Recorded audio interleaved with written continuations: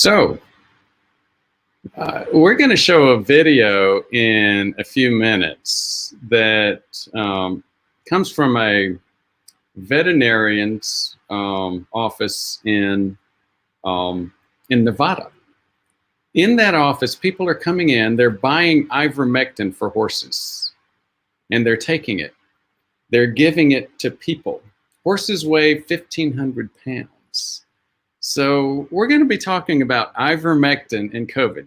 It's showing some interesting results in terms of scientific evidence. It's showing some great signals, but and I have even agreed with some of my folks that yes, I'll be happy to. I think that there's enough benefit risk there to where if there's a strong request, I'll certainly consider writing for it. But I'm going to write human ivermectin, not horse ivermectin.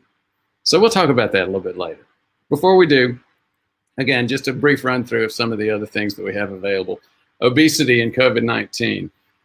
That's been very popular. You can look it up in our videos. We've also covered some things that we've always covered. Why we're not doing stress tests so much anymore in the age of COVID. Why we're not doing stents so much in the age of COVID. Which COVID vaccine to take? Well, guess what? For the next 6 months, you may just want to take whichever one you're able to get. The one thing I do want to make sure that folks know, Janice and Michelle both asked me to make you aware. We do have a gift of good health for others this holiday. There's a significant discount on our Got Sugar webinar. That has been by far our most popular webinar. Again, it's a great way to, if you're one of these folks that's listened to a few of these videos and realized, my doc probably doesn't understand insulin resistance.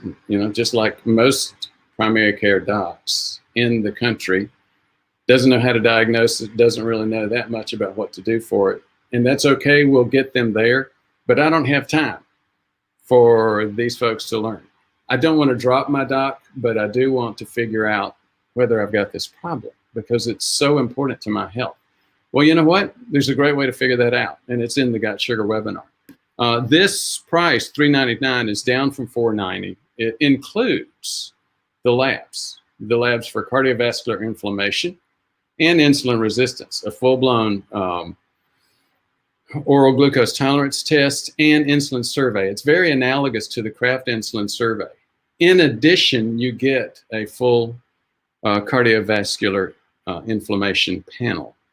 So a great way to get coverage and understanding on those things that your doctor's not likely to understand. As usual, a lot of folks that come to see us because they've had a positive calcium score. We can help. I am going to skip over to our, let me just make one other comment about the book.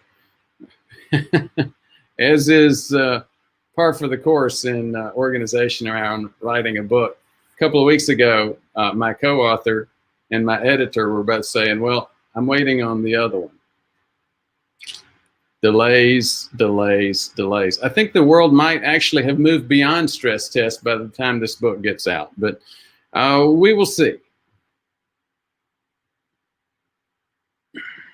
One other point, if you haven't heard about our podcasts, and if you're a podcast kind of person, we've got 31 episodes out there now. One thing I found out is that a lot of our episodes right now are still, 1 and 2 minute kind of episodes. That's not really what your typical podcast listener wants. They want something where they can download it, get in the car, or go for a run and not have to mess with their device. We're getting more of the longer podcasts if you've listened before and if you have an interest. So we're going to go to the program for today about people taking horse ivermectin.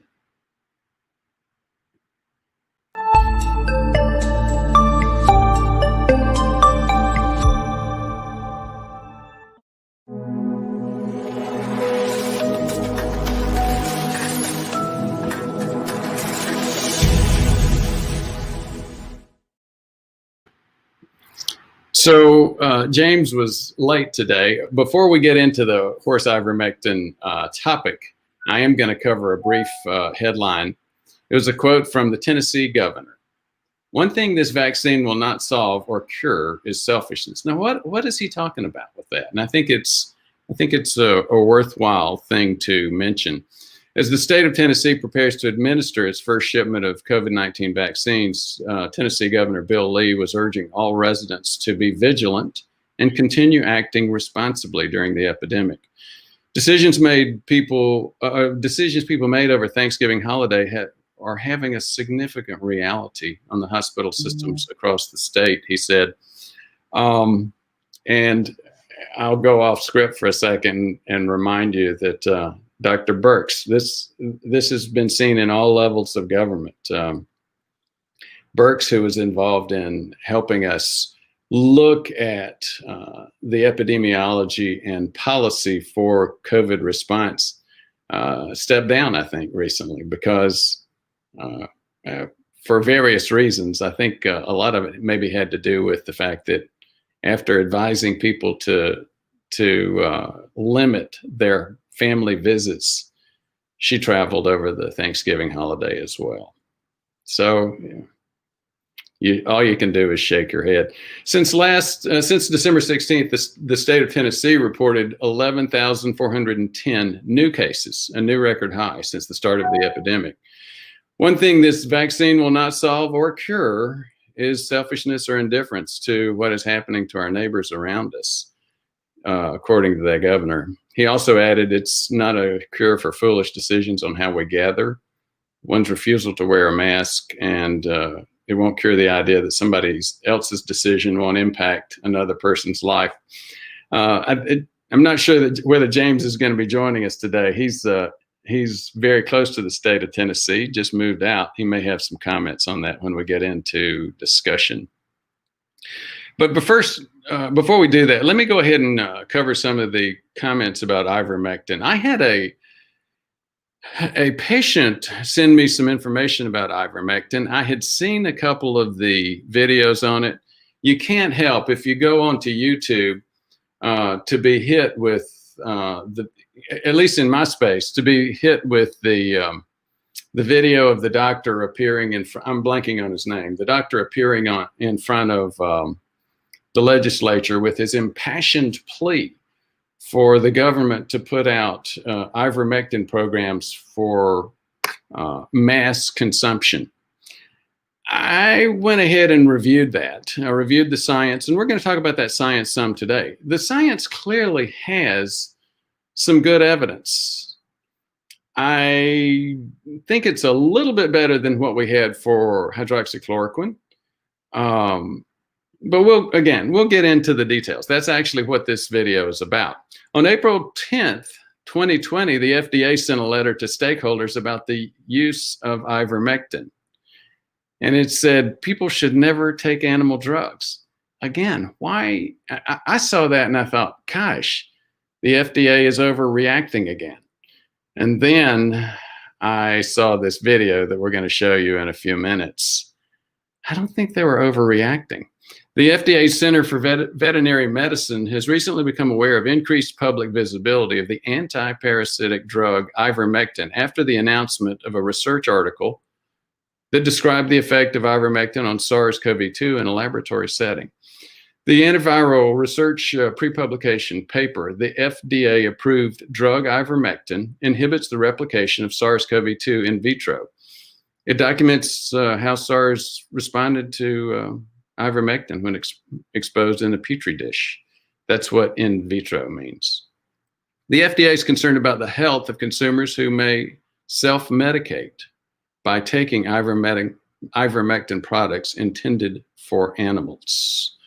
According to the FDA, people should never take animal drugs. Ivermectin is an important part of a parasite control program for certain species and should only be given to animals for approved uses or as prescribed by a veterinarian in compliance with the requirements for extra label drug use.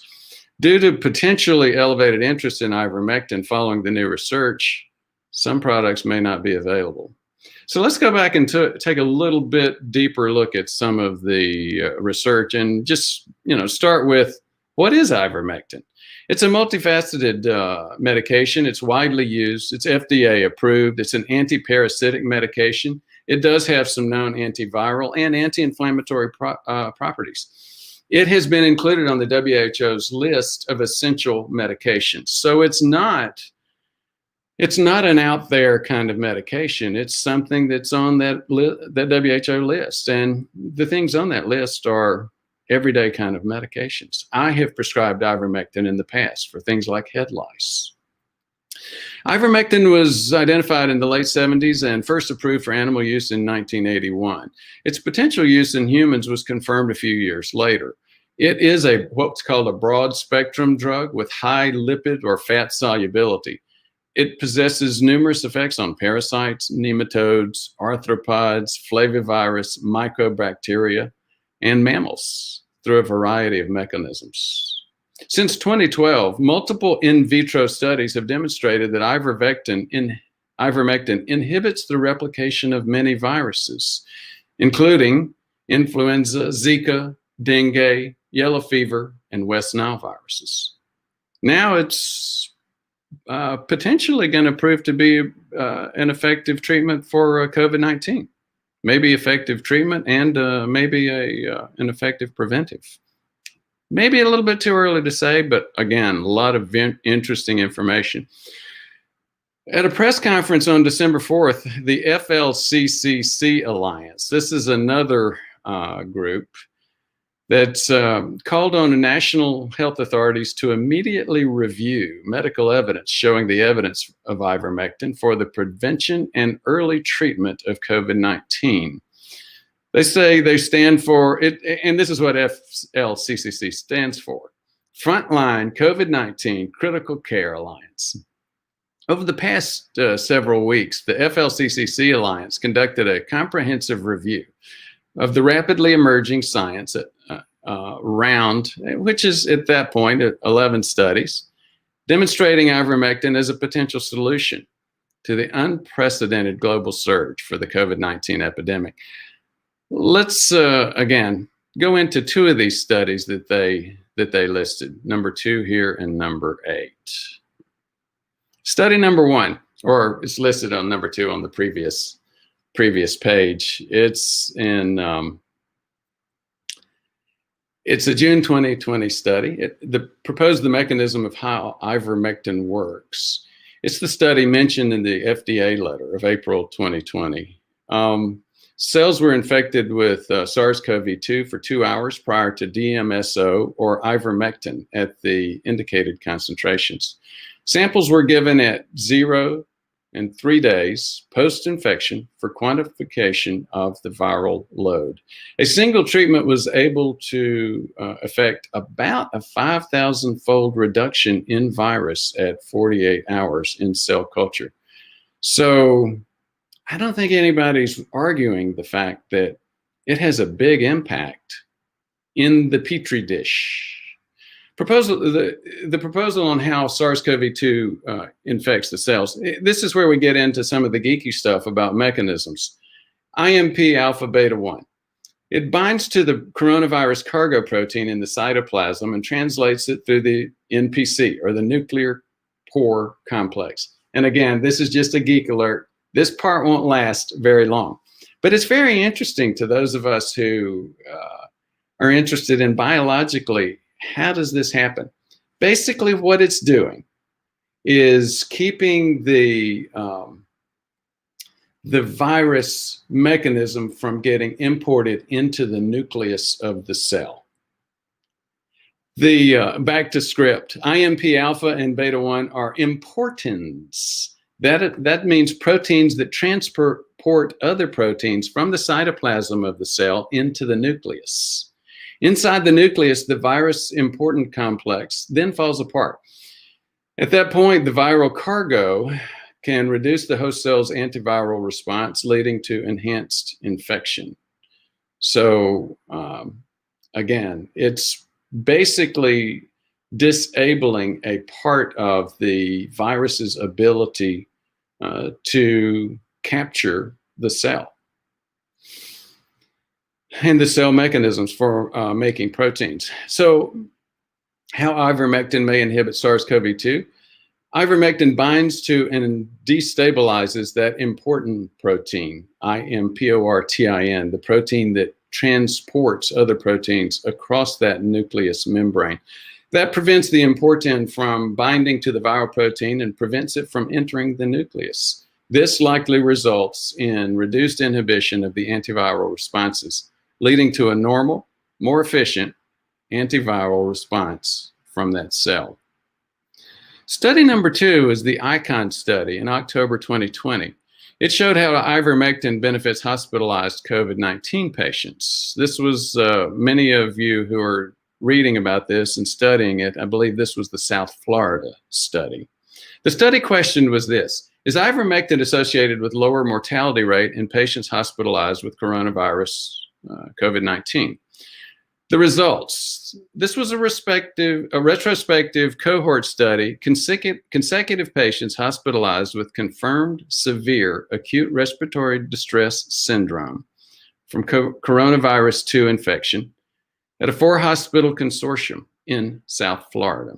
Analysis shows statistically significant lower mortality rates in the group treated with ivermectin as compared to the group treated with the usual care. Now, statistically significant meant 15% versus 25.2%. So the interpretation in this study was that ivermectin was associated with lower mortality during treatment of COVID-19 patients, especially in patients who required higher inspired oxygen or ventilatory support. So this document came from that FLCCC that we talked about. This is their protocols. Outpatient protocol on the right. In other words, you've already got infection, and this is what they're recommending you take. Ivermectin, 0.2 milligrams per kilogram on day 1 and 3. 4,000 of vitamin D3, 2,000 of vitamin C 2 or 3 times daily. Quercetin and zinc. We've talked about all of these: vitamin D3, vitamin C, quercetin, zinc, melatonin, and aspirin. You see that on both of these. You also see it on their prophylaxis protocol. So what we're going to do now is show you that clip from a local newspaper. I believe it was a news station, I believe in Nevada. McKenna LaFawn says she noticed the trend about a week ago. Walks in, asked if we have any medicine. I said, oh, what kind of medicine are you looking for? He goes, ivermectin. Told me the whole story, said that it cures the coronavirus and that he needed to get some of it. He came over here and he bought 8 of them. LaFawn says customers are taking multiple tubes home with them and often ask her how they should take it. I tell them every time that's just for animals, even though I know that they're going to take it themselves. The signs are clearly marked near the ivermectin. And LaFawn says customers are asked to sign the receipt, indicating they understand the ivermectin sold here is for horses, not humans. None of that has deterred customers who believe the medication will help them ward off or even treat COVID. So much so, the feed stores are having trouble keeping the medication in stock. Well, I think ivermectin clearly falls into the same category as hydroxychloroquine. Has not shown any benefit and has shown very likely to be harmful. Ivermectin does come in a human form, but the drug is prescribed at a much lower dose for specific medical conditions. It is effective, but not as a treatment or preventative for COVID. And taking ivermectin designed to treat parasites in horses can be deadly.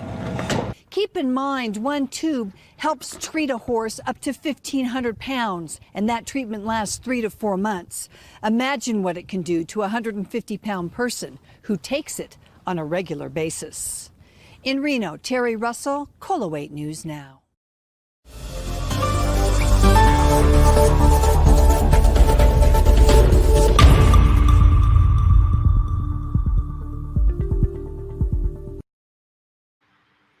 So I have to say, I'm looking forward to this conversation, and I'm especially happy to have James on board. He had some trouble getting in a few minutes ago, early on, and I wanted to make sure he was here because James is our our vaccine hater, the other side of the political sphere representative. And I'm going to challenge you, James, and say, look, look at these folks.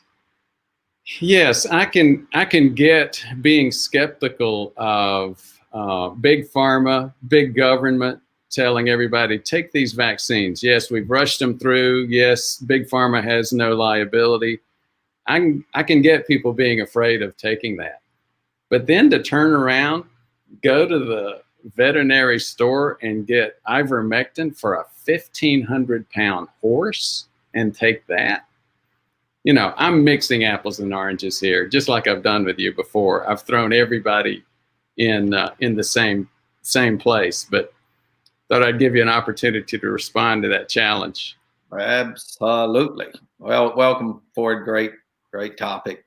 A lot of interest in this. And for the new listeners who are listening, I'm not anti-vaccine. I am the person that Ford gets on here to just give the other perspective, to give a different perspective. Now, as you know, Ford, I is in a rural part of America as we speak. I am in rural Kentucky. I'm from Nashville. That's the reason for the Tennessee reference. But I live in a very rural area of the South. So ivermectin, of course, and there are a number of drugs that are antivirals, or they're actually used for deworming and other purposes. It does not shock me at all, for a couple of reasons, that people would go to the veterinarian. Number one, I suspect there's a run on the veterinarian clinics for ivermectin, because most wives are going and saying, well, my husband is a jackass anyway, so this must be something that would help him out if we rub it on it. So that's point one. We can't deny that. There may be a little bit about these country guys that their wives are going, yeah, if it works for the 1,500-pound, he's only slightly less heavier, but much more stubborn than the donkey out there. Number two is, there's just so many forums that we've talked about this before. There's so many forums where content and information is getting out there. And obviously we both agree you shouldn't go self-medicate, particularly with your veterinarian's clinic. However, because of I go back and say, because of the inconsistency of those people who are a spokesperson for the disease, both politically and clinically, that they bear the brunt of that. We just can't say to the public, because you're uninformed, you're doing dumb things. I think underlying it is, wait a minute. These people who are telling us that this is in grave danger, there's a long list of them this week, not only Dr. Birx, but people from North Carolina. Last week, we talked about the governor from California, where they are still traveling. They're going about their own lives. They're doing everything that they say others shouldn't do. And I think even with the vaccine, we saw it this week, where the vaccine's available. So who's the first people to get in line and get the shot? They're not rolling. You don't see the governor rolling in grandma from the nursing home and say, hey, let's get grandma a shot. You see the politicians pushing each other down in order to roll up their sleeves to get the shots first, rather than the vulnerable population. So everything is in a context. So I think in this context, when you have people who have lots of information out there and they don't trust that the filters of that information are in their own best interest, then it doesn't shock me at all. I wouldn't recommend it, but it doesn't shock me. So oftentimes, the position I play is not, I think that's a great idea, but I completely understand why, particularly in rural America, it is not uncommon for people to go grab something from the vet and say, hey, this is something I give to my horse. Let me just cut it in half. That's more common than you think. In fact, I'll tell you one anecdotal story. I have 6 children. After we had our 6th child, my wife, told me I could not get anywhere near her until either I went to the doctor or the vet. She said, I'm perfectly happy if you go to the vet. They're much more experienced in this than your primary care doctor. So it wouldn't surprise me that people would also grab some medicine off the shelf from the vet's clinic. It's a very good point. It doesn't surprise me either. I still get a lot of questions about both of those items. The first question is, hey doc, which vaccine would you take? And my response is always, this is we're not going to get a choice on which vaccine to take for at least 3, maybe 6 months. Will I take the vaccine? Yes, I will take the vaccine. Will James take it? I'm not so sure. I think James is waiting to see if I grow a horn after I take mine. I am all about the politicians taking it first, even though I just criticize them. And if something happens to them, then we learned our lesson and the world's a better place. And if they're fine, then yeah, I'll probably go get the vaccine. The other question is, Doc, what do you think about the ivermectin? As I look at ivermectin, early on in the pandemic, I did give a few of my patients hydroxychloroquine. A couple of them were docs. They were still having to see patients, and they clearly knew the risks associated with hydroxychloroquine. As I continue to investigate ivermectin, I think it's probably worth the risk as well. I will, at least for those that want to take it. Am I personally planning to take it? No, I'm not. I think that I can do a lot better in terms of our own activities, social distancing, things like that. James? I have a few questions to actually seriously bring up, and let's talk through if that's okay. Some of them are there's not, as I go through all the way down through the line, there's not a lot of very specific questions. There's lots of humor, so we're picking up good humor there. But I have some specific questions to your slide. Before you do, I have to remind you that Aunt Martha from Mississippi says hello. I see Aunt Martha on there. Aunt Martha is also raised on a farm, and she would probably describe my uncle, Daryl, the way that I said most wives in the rural South describe their husbands. So I suspect that she's probably rubbed out a wingworm or two on her kids using medicine that came from the vet and our pet. I will also just reintroduce you briefly. I've almost painted you as a country rube, and you've laughingly accepted that. James is has developed and run and sold human genetics labs, one of the best ones in the country, the only human genetics lab that offers retail haptoglobin, which is a big deal. It's a bigger deal than most of us recognize at this point. He's also done some things in terms of owning and running Medicare Advantage value-based healthcare programs. So James is not just relaying information that he got from the local vet. But by the way, there's some great resources there. Ford, when you look at those studies, you pointed out 2 of them. So a couple of great questions that I think are interesting. There were about 11. I think there's a couple of more, but one of the studies really emphasized South America, particularly what Brazil did in distributing more than 1 million doses into certain cities that were, if you look at the maps of those cities, they were very close to the Amazon. They were in, just right on the border or in the Amazon region of South America. And it did have a lot of prophylactic success in those areas. How much of this can be attributed to most of what America is most Americans have a naive immune system compared to someone in the Amazon forest or in Africa who every day are fighting contagions and viruses, their everyday encounter, walking barefooted to get water, drinking that water, exposes themselves to risk that we don't understand. So how much of it is our naive immune systems versus their immune systems because of things in South America like the assassin bug creating chakras and other diseases, that those studies are skewed because they may have an overpopulation. I didn't get into the mix of the people, but it's coming out of Houston, South Florida. So how much of it is some people are just genetically programmed to a better response antivirally? You bring up a great question.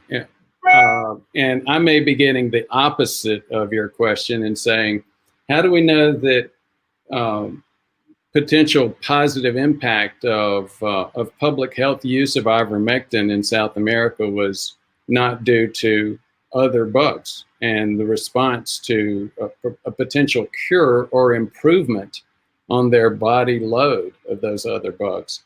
I don't think we know, and I haven't reviewed that enough to have a strong point about that answer. I've reviewed them enough to know this. I don't think it's ready for prime time. I don't think that if I were running the CDC or in some of those public health positions, I would be studying it. I would be on a sprint to get our resources to study this. I would not be rolling it out immediately. A lot of this is based on the assumption that it's a harmless drug. It's not harmless. It's not as harmful as COVID-19. So that's why this is important. Well, that brings up the follow-up question, which is great.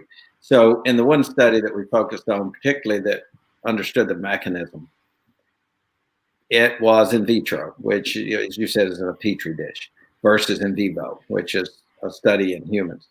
And if I read correctly, one of those were saying, well, to get to the concentration levels that would be necessary to have the same effect. So no one denies that in vitro it's working effectively, but they're having to dose it in such large concentrations that we don't have a safety profile. Is that correct? For that amount of concentration that would be required in vivo compared to what they were successfully seeing in vitro. Is that a fair statement? I think that is one of the most important points behind all of this. There's some great information, but it really doesn't match yet practical everyday use in humans. And that's what needs to happen. We're seeing some things like the stuff you quoted from South America, which may indicate, again, a lot of continued promise. The study in South Florida, again, also indicating continued, more indicators of potential benefit here in humans. But you're looking at two potential uses. You're looking at prevention. You're also looking at treatment. I don't think it's time yet to put it in the water. One of the points on that in vitro, in vivo comparison study was, as you look down into the footnotes, it appears that they also speculate that where it is successful, it's successful in maybe reducing I'd call it a cytokine storm, and creating that inflammatory response. And I've read two responses. Some say, well, if it works in vivo, and it's working, if it works in vitro, it could work in vivo because you have your immune response to assist that. But would it not be the case that we're seeing a lot of the damage that's done is in people who have this oversight, their immune system over responds and actually becomes the enemy, not the friend, in places where it deteriorates fast. So which one is it? Any comments on what you think about this immune attack versus the immune support? Well, that's a really good question. I mean, I think that is, the essence of one of the other questions. We know that the majority of the damage is not from the virus itself so much as it is our body's overreaction to it. That's why kids are not having the problems that adults are having. Where our kids' immune system is very, very different from older adults. And those are the guys that are, the older adults are the folks that are really at risk here. Right. So any other points before we go to the, have you already looked at go ahead. I have, yeah, I've been scrolling down and looking at questions as they come up, and then kind of summarizing some of those in a way that we could discuss. The only other one thing that's more an observation from my part to ask you, so when they have their protocol that they recommend, protocol about initiation of the virus, recommending it as either prevention or early diagnosis and then continued diagnosis. But both protocols have a significant amount of vitamin D, vitamin C, zinc, doxycycline or erythromycin. So would it not be I didn't see anything in those studies that say, we really just had a controlled study where we did that without ivermectin, and then we did it with. So would you say the best thing to do is to heavy dose vitamin D, heavy dose vitamin C, heavy dose zinc, and then if you get sick, go on the antibiotics as well, and depend on those, and then maybe there's no harm at the low dose of ivermectin. So what are your thoughts there? It's a good point. We've already done a couple of videos where we talk specifically about supplements and COVID. I think at this point, there's little to no argument anywhere about the importance of vitamin D, for sure. I get a little bit hesitant when you say take a large dose of any of those, because I've had folks do videos with me that came to me that had taken way too large a dose of vitamin D. Mm-hmm. Most of those others, it's hard to take too large of a dose. It may be difficult to take too large of a dose of vitamin D, but it has happened. People have done it. People have died from taking too much vitamin D. So I would say yes, clearly look at taking supplements. Those supplements are the ones that we've recommended. Just be a little bit more careful about the dosage on the vitamin D, especially. Mm-hmm. Nobody ever got into any trouble, at least that's been reported in the science, on 5,000 international units per day of vitamin D3. Where they get into trouble is there are some preparations for vitamin D3 that have 25, 50,000 units. Those preparations were developed under an assumption that someone would take it once a week. Right. They get those preparations, they forget about the once a week part, and they're taking them once a day. That is the classic example of an overdose with vitamin D3. So I answered your question, but I took off on a little bunny trail in terms of D3 dosage. That's exactly, those are all the questions that I summarized that I see that are out there specific to that. And I'll hand it back to you. Well, we got a couple of things. Bart Robinson, good morning and Merry Christmas. Skunk Ape had a few comments. Heck yes, favorite doc on YouTube. Watching you eating a Pop-Tart. Well, if you're eating a Pop-Tart, I have, what can I say? Second favorite doc is Dr. Pepper. So yeah, you're going high on the carbs there. I may be your favorite doc, but I'm not sure you're listening that much. Troy Marishaw, thank you so much for the fact check and clarifying. It's Dr. Corey. Dr. Corey appears to have great credentials. He's a pulmonologist, intensive care doc. I can't remember where he's located. Do you, James? Can you, James? I don't recall. But again, he's been all over the internet with this ivermectin issue. Yeah, Houston is a lot of people out of the Houston area are really promoting. I know that systems in South Florida and Houston are the two areas where most of this the success has been. The physicians come mostly. So my best guess would be Houston, but I'm not certain. So my BJJ, which stands for Brazilian Jiu-Jitsu, from Temecula, California. Glad to have you here. And he says he's glad to see James again. He was hoping that James could share where he gets those cool lumberjack shirts. Brooks Brothers, you wouldn't think Brooks Brothers would be a great place for lumberjack shirts, but they're really nice lumberjack shirts. I would never wear them to the woods and cut wood with them, but they look good and make you think that I could go to the woods with a chainsaw. So you see what you're giving yourself up. You're a faux country boy, meaning false country boy. You're just making a show. But I'm married very country, so that's what's important. Well, I hope she doesn't watch this video. No, she's out working for a living. There you go. Good country girls do. They're busy during the day. It's guys like you and I that get to have fun on YouTube. I have to tell you, I don't know if you're seeing it on your side. I'm having major tech challenges today. I'm trying to scroll down. I can't scroll anymore. My screen has frozen up more than it's more than it's been viewable today. How about yours? No, I'm good. I do see you've been delayed the entire time, so we apologize to our viewers if they're seeing what I've been seeing, which is you're about 30 seconds behind. So you'll be frozen, but we'll hear your voice talking. So someone can comment if they're seeing the same thing, but maybe technical challenges.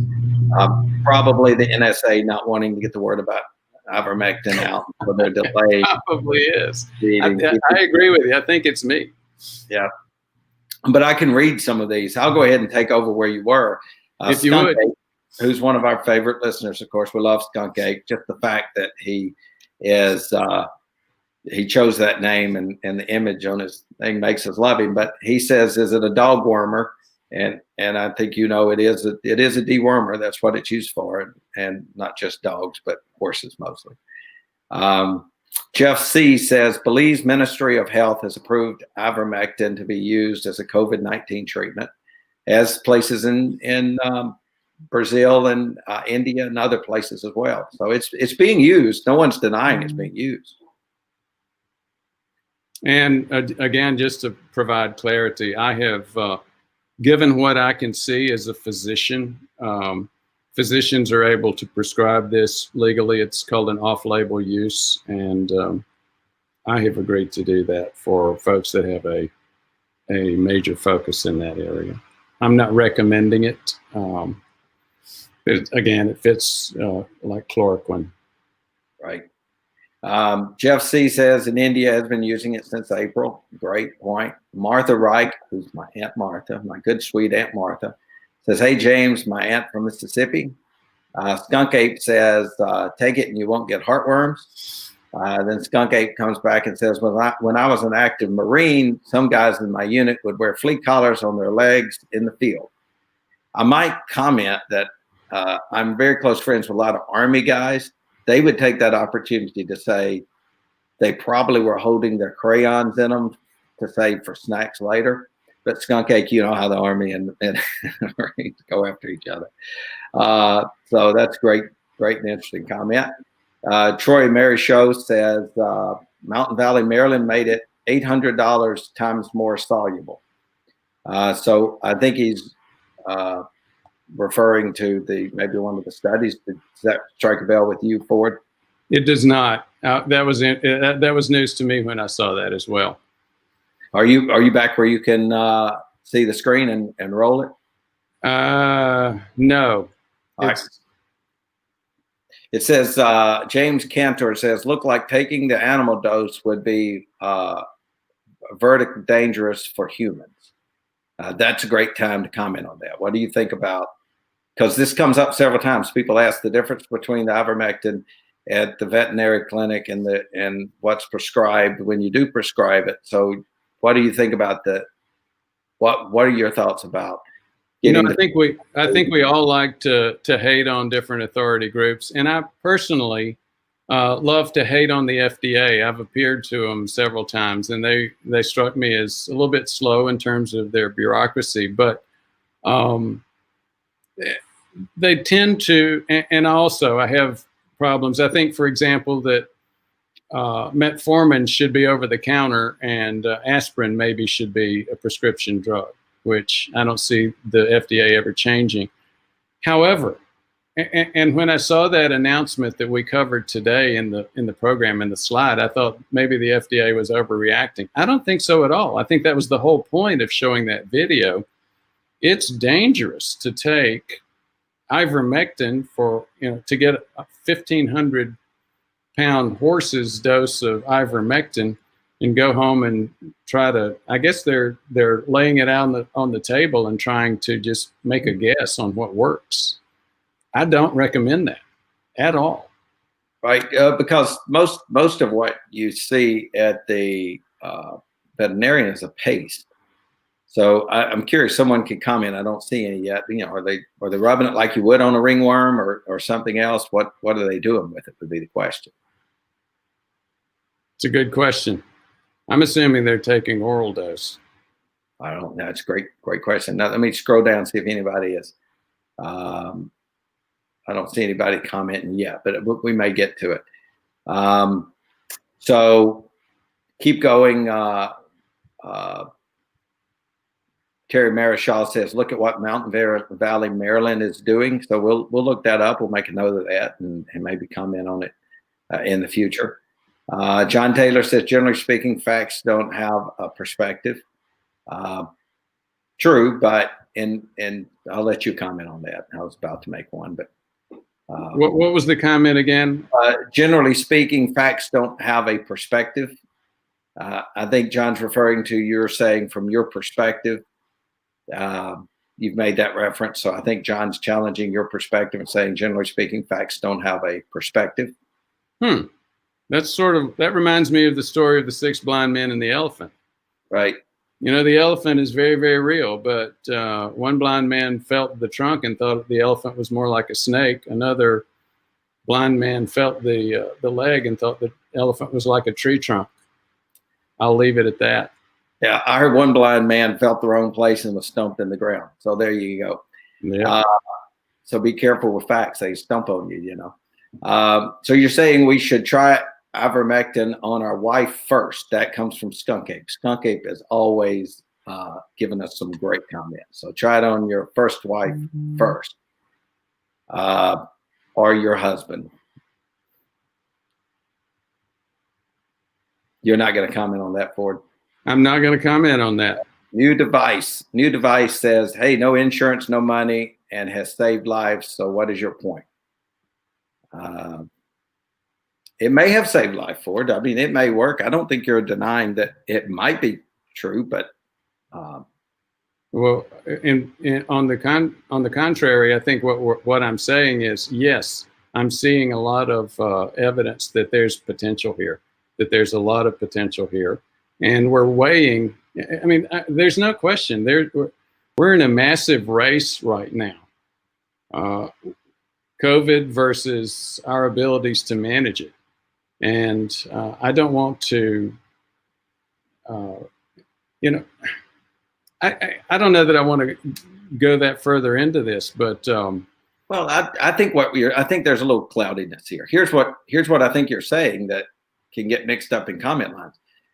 If a provider, you would not criticize a provider if a provider said, I'm gonna prescribe ivermectin. I'm gonna get it from a human-based pharmacy. I'm gonna put you on a dose along with a protocol, and we're treating you. You're not gonna criticize that physician. That's a long way from I'm gonna run down to my pharmacy.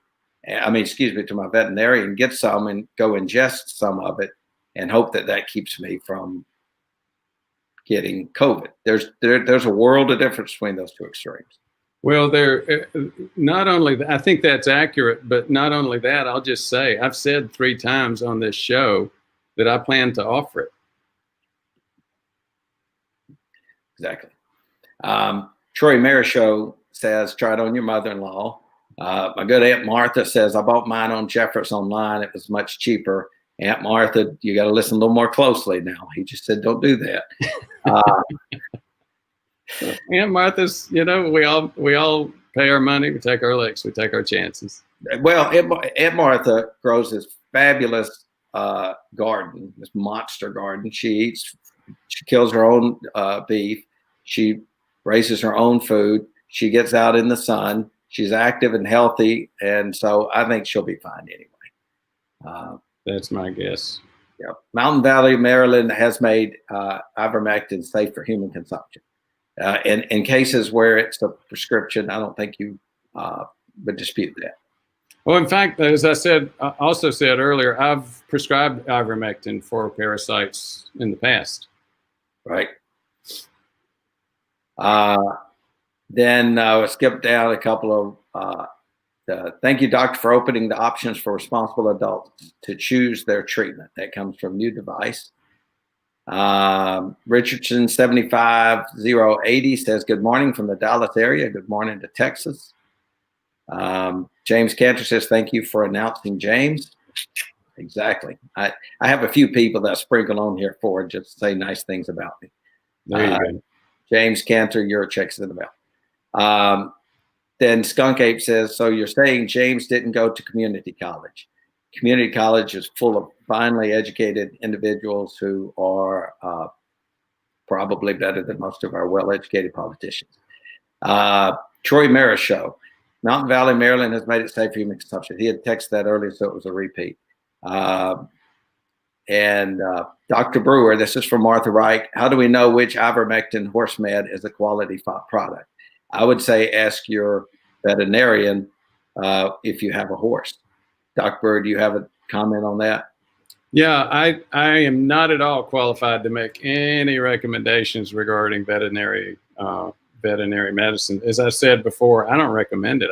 I agree with the FDA on that one. That I wouldn't try to do that. I'd get ivermectin that was prepared specifically for human consumption. Jose Fonteo says, okay, December 8th, Dr. Pierre Corey went to the Senate to literally beg them to ask the NIH to look into ivermectin because its studies show efficacy against the Verona. A lot of those points we made very early on. Martha Reich says too much zinc will mess with copper levels. Craig Brown, Dr. Craig Brown is on the call today, Dr. Brewer. I saw that. Yeah, fantastic. Welcome, Dr. Brown. Good to see you. I told Dr. Brown we will want to have him on the show in the near future over the eye studies, the retinopathy studies that they have done with the Eye Institute out of Miami with the supplement iFolate. He is the kind of the brains behind that, the University of Arkansas ophthalmologist. So welcome on board, Dr. Brown. Glad to see you here. In fact, I'll interrupt and we'll talk about that for a minute. Just a brief digression. So James and I were on a business trip at one time, and he asked me if I had heard of AREDS, and I'd never heard of it. And he started talking about it, and I think a lot of that came from Dr. Craig Brown. AREDS, if you look it up, it's an increased level of vitamin supplementation, and it has been proven, as James mentioned a few minutes ago, to prevent blindness with a lot of conditions, many of them related to diabetes. And again, I think that's part of what James is talking about in terms of having Dr. Brown visit us on the. Ford, we may have lost you. Yeah. There, you're back. Ford, we lost you there for a little bit at the end of that comment. Okay, so I'm going to stay quiet for the duration, I think. Well, we'll just see. I'm not sure what technically is happening. First time it's happened. I'm not either. Having these problems. But Dr. Brown says, I agree. Caution on ivermectin to dosage and efficacy is understood. I voted yesterday. Pfizer, mild soreness. Better this morning. I suspect he meant he got the vaccine. I think I heard he was getting the vaccine. Correct. So what he's saying is he voted on the vaccine. He took the Pfizer one. Yep, he took the Pfizer, mild soreness, better this morning. I would grieve if I harmed or killed any of my patients due to COVID. Absolutely. Dr. Brown not only is brilliant, but he's a good heart. Thank you, Dr. Brown. New device says ivermectin has a contraindication if taking mental health medicine. That is true, but all medicines should read the label and understand the interaction between all medications. He says, and alcohol too. Well, we just found the reason why Ford and I won't be taking ivermectin. My Aunt Martha is, I think she plays piano in the Baptist church. She's probably going to say, what do you mean, nephew? You don't drink alcohol. No, ma'am, never. Wouldn't do it. That's right. My BJJ says, with COVID up, my vitamin D from 5K IU to 7K IU, took Ziacam, zinc every 3 hours, got plenty of natural sunlight walking. My case was mild and symptoms gone in 2 days. The N of 1, the antidote, of course. But I see that, Dr. Brewer, we've seen that more than not. It's a 99.9% survival rate. Most people, if they get it and they're young and they're healthy, it's just a matter of surviving it. I got a strong suspicion right now that my grown son may have it. He hadn't been tested yet today, but same advice I'm going to give him. Just, you're young, you're healthy, be careful, be mindful. Load up on these vitamins and the way in which your doctor will recommend them, and most people will do quite well. Dr. Craig Brown says zinc up to 80 milligrams a day if given with copper of 2 milligrams is safe daily for the long term based on 2 large-scale macular degeneration studies at the NIH. Great input. Thank you, Dr. Brown.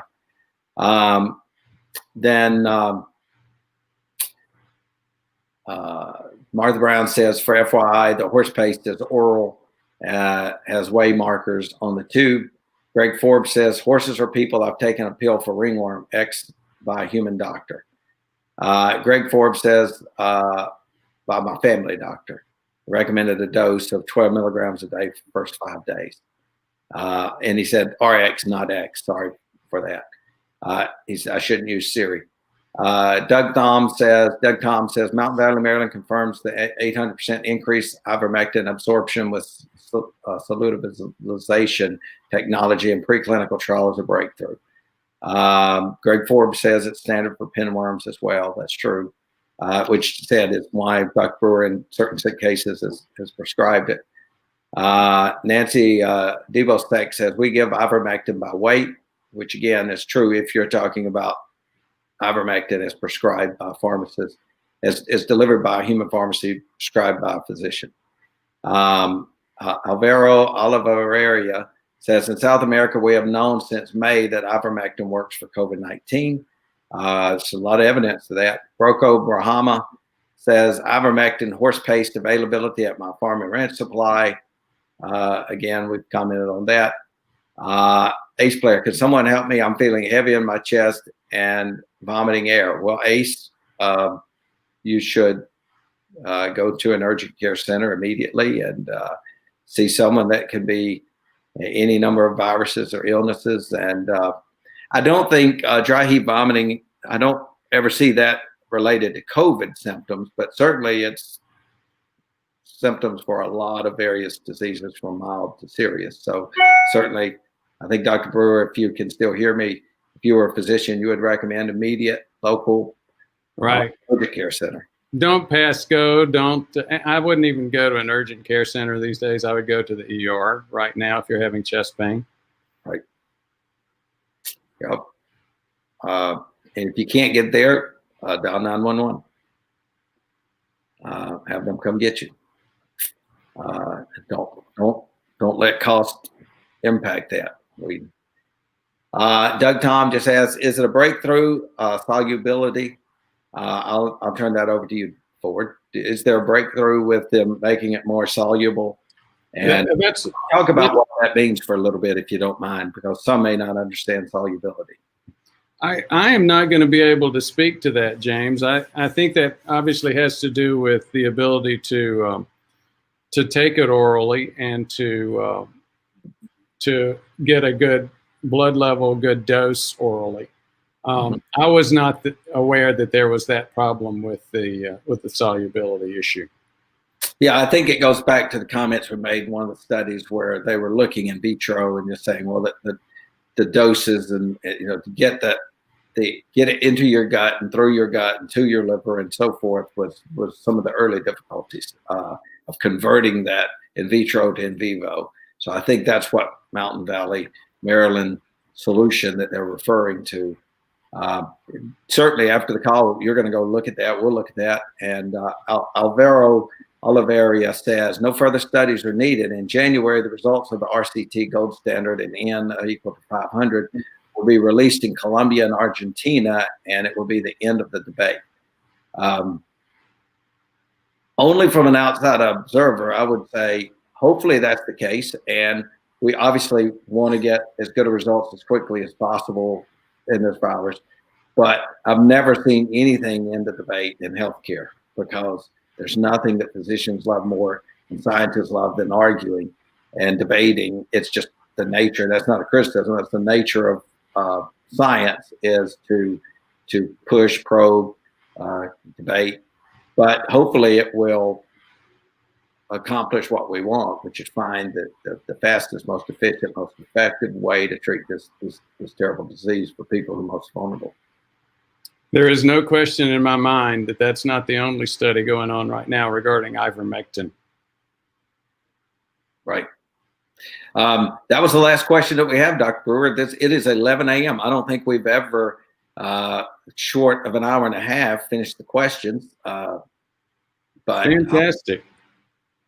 I know in the future we can talk a little bit about some things that we're looking at in the future on future programs. Again, we haven't gotten a lot of feedback. I encourage you guys in the feed right now or email us. You can email us through the link here about topics you'd like to see in the future. But one of the things I just completed, Dr. Brewer asked me to do, was I wore a continuous glucose monitor and tracked that for 2 weeks, 14 days. We talked a little bit about that we were going through that the last 2 weeks. So we're going to do a show soon on CGMs and how they work, what the good, what the bad is, particularly around creating a diet based on the meter, where you track your blood sugar levels and what you eat and your lifestyle and build around that. So I love the experience. I said my favorite part of the experience was about every third day saying, I need to really see how this impacts me at all choices in life. So I need this pecan pie so that I can see how it impacts me. So my normal discipline for science, I was willing to break my diet rules a few times. I need between now and the weekend probably to get me another one so I can break the rules of science a few more times. But that's going to be one topic for it. I know you want to address very soon. It is. I think it's, in my mind, it's still, even in the midst of where we are with COVID right now, to me, the biggest miss that we have in terms of health at this point in time is our failure to know what our diet is doing to our blood sugar and our insulin levels. Skunk Ape was giving us a hard time earlier about Dr. Pepper and eating Twinkies or something. I wish that my biggest goal is to see more people doing that and eating that pecan pie that you're talking about, James, with a CGM. And CGM stands for continuous glucose monitor. In other words, putting a dashboard on you to know what you're doing in terms of your blood sugar and your insulin levels. That's what causes cardiovascular inflammation. It causes number one cause of death with heart attack, number one cause of disability with stroke, number one cause of disability climbing quickly is in some places like the UK already, dementia, not to mention blindness, kidney disease, erectile dysfunction. These are big, big issues, and we're ignoring them. Exactly. And as I said, we're building more content around insulin resistance. Most people, as you drive home the point in all of your videos, is most people aren't aware. I told you anecdotally of someone speaking to us recently that said, I don't have diabetes. I've got a touch of the sugar. Their exact words were, I've got a touch of the sugar, but I don't have diabetes, my doctor says. But he prescribed me metformin. And I'd say, okay, that statement doesn't make clinical sense. So you don't have a touch of sugar, you have insulin resistance. Insulin resistance, your house is on fire, as you describe it. And it's as if someone walked in and said, with any other disease or any other life event, my kitchen's on fire, but my whole house isn't on fire yet. It hadn't burned down. Why are you worried? You put the fire out immediately when you see it. We know the mechanisms of this disease. And so we're going to talk a lot about how do you control that? How do you keep that blood sugar low? I've learned a lot in the last 2 weeks. Even though this is a world that I've been in for years, when you look at yourself, Ford, you learn a lot more than when you're looking at others. Very true. So thanks to those that attended today for your interest. You have anything else, James? Oh, there's a couple of more comments that came in. And all supporting everything we said. A lot of good comments about thank you. Then some of the studies coming out from Alvaro, thank you, in Cali and some other places. British Columbia, some are coming out, Argentina. So we look forward to those. And So hopefully soon. Nancy says Zilverdo kit is being used in India. One ingredient is ivermectin, another is doxycycline. Doxycycline and erythromycin is often part of both the hydroxychloroquine and the protocols that are followed. So lots of great comments. Looking forward to the future of more shows and your input and your comments. The audience is great, well educated, well informed, a great group to work with, and we appreciate everyone attending. And this happens every Wednesday at 10 a.m. Central, 11 Eastern, and all around the world, because we have listeners that come to us South America and all over the world. So we hope that you will continue to spread the good news of joining our channel and participating with us and having access to someone like Dr. Brewer, who's so well informed with such a great history. And we'll continue to add more and better content for our audience. Ford, I'll hand it back to you. Thank you for your interest. We'll end. All right, God bless. Thank you, James. And Merry Christmas.